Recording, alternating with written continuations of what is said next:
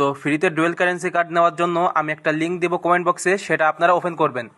Just আপনার যে কোনো একটা ব্রাউজার দিয়ে ওপেন করলেই দেখবেন এরকম একটা পেজ আসবে। একেবারে সিম্পল একটা পেজ, যেখানে আপনার ইমেল চাইবে। এখানে দেখেন u.example দেওয়া আছে। এখানে আপনার অ্যাক্টিভ ইমেল দিবেন, যে ইমেলটা দিয়ে আপনি অ্যাকাউন্ট ক্রিয়েট করতে চাচ্ছেন।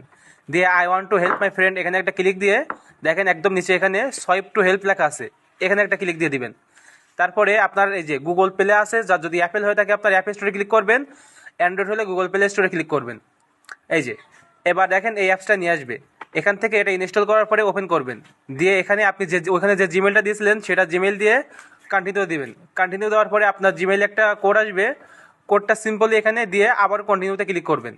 ব্যাস, এবার দেখেন আপনার মেন ইন্টারফেসে নিয়ে আসছে।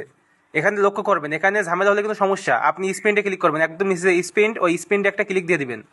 তারপর অর্ডার, এই যে অর্ডার যে কার্ড, ওই কার্ডে দিবেন। এখানে সিলেক্ট কান্ট্রি বাংলাদেশ, শুধু তাই না, এই যে ন্যাশনালিটি এখানেও দিবেন বাংলাদেশ। এবার কন্টিনিউ। ব্যাস, এবার ফার্স্ট নেম, এখানে আপনার ভোটার আইডি কার্ড অনুযায়ী, ভোটার আইডি কার্ডে যদি বড় হাতের নাম থাকে বড় হাতের নাম, ছোট হাতের অক্ষর থাকে ছোট হাতের নাম, সেম টু সেম ওই নাম দিবেন।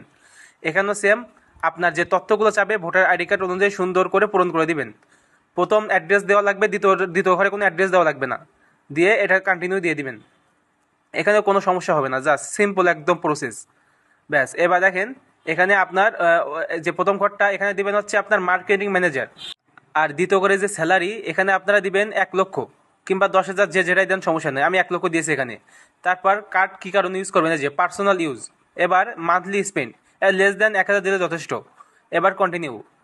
একটু ওয়েট করেন, এখানে আপনার আপনার কি মানে আপনি বাংলাদেশ সিলেক্ট করবেন, আইডি টাইপ ন্যাশনাল আইডি, এবং আপনার আইডি নাম্বারটা এখানে দিয়ে দিবেন। আমি আমার আইডি নাম্বারটা এখানে দিয়ে দিচ্ছি। ব্যাস, কন্টিনিউ।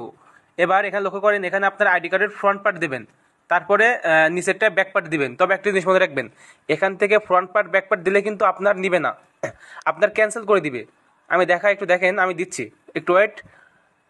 এই যে দেখেন আমার কিন্তু ক্যান্সেল করে দিছে। এবার আপনারা কি করবেন, সিম্পলি ব্যাক বাটনে ক্লিক করতে থাকবেন। জাস্ট ব্যাক বাটনে ক্লিক করবেন, ক্লিক করতে থাকবেন, আবারও ক্লিক করবেন। এই যে এবার এখানে নিয়ে আসবে, দেখেন এখানে আপনার যে গেট কার্ড লেখা ছিল সেখানে দেখেন এখন ভেরিফিকেশন লিঙ্ক রয়েছে।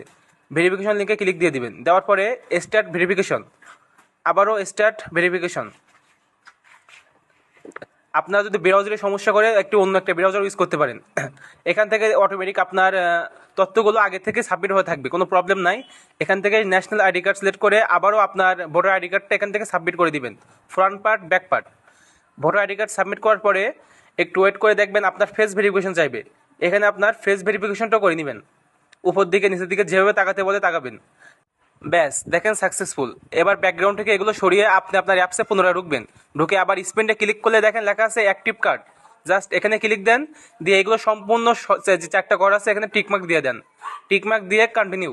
জাস্ট একদম প্রসেস সম্পূর্ণ কমপ্লিট। একটু কয়েক সেকেন্ড ওয়েট করবেন, করলে কংগ্রাচুলেশন চলে আসছে। এখান থেকে গো টু মাই কার্ড, এই যে এই অপশানটা ক্লিক দিবেন। দেওয়ার পরে দেখেন আপনার কার্ডটা কিন্তু একদম ফুল রেডি। এবার এই যে শো ডিটেলস, এই শো ডিটেলসে ক্লিক করলে আপনার কার্ডের সম্পূর্ণ ডিটেলস দেখতে পারবেন।